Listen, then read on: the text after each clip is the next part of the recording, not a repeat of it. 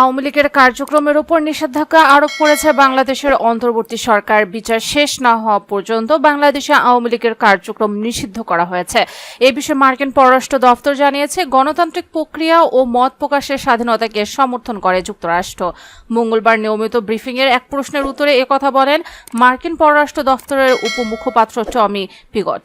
Tommy Pigott বলেন, আমরা জানি যে অন্তর্বর্তী সরকার আওয়ামী লীগকে সব রাজনৈতিক কর্মকাণ্ড নিষিদ্ধ করেছে যতক্ষণ না দল এবং এর নেতাদের বিচার কার্যক্রম শেষ না হয়। আমরা বাংলাদেশের কোনো একক রাজনৈতিক দলকে সমর্থন করি না। আমরা সব ব্যক্তির জন্য একটি স্বাধীন ও গণতান্ত্রিক প্রক্রিয়ায় পাশাপাশি সুষ্ঠু ও স্বচ্ছ আইনি প্রক্রিয়া সমর্থন করি। টমি পিগট বলেন, আমরা বাংলাদেশ সহ সব দেশের প্রতি আহ্বান জানাই তারা যেন মত প্রকাশের স্বাধীনতা, শান্তিপূর্ণ সমাবেশ এবং সব সংগঠনের স্বাধীনতাকে সম্মান করে। তিনি বলেন, আমরা 50 বছরের বেশি সময় ধরে বাংলাদেশের জনগণের সঙ্গে আমাদের অংশীদারিত্বকে মূল্যবান মনে করি।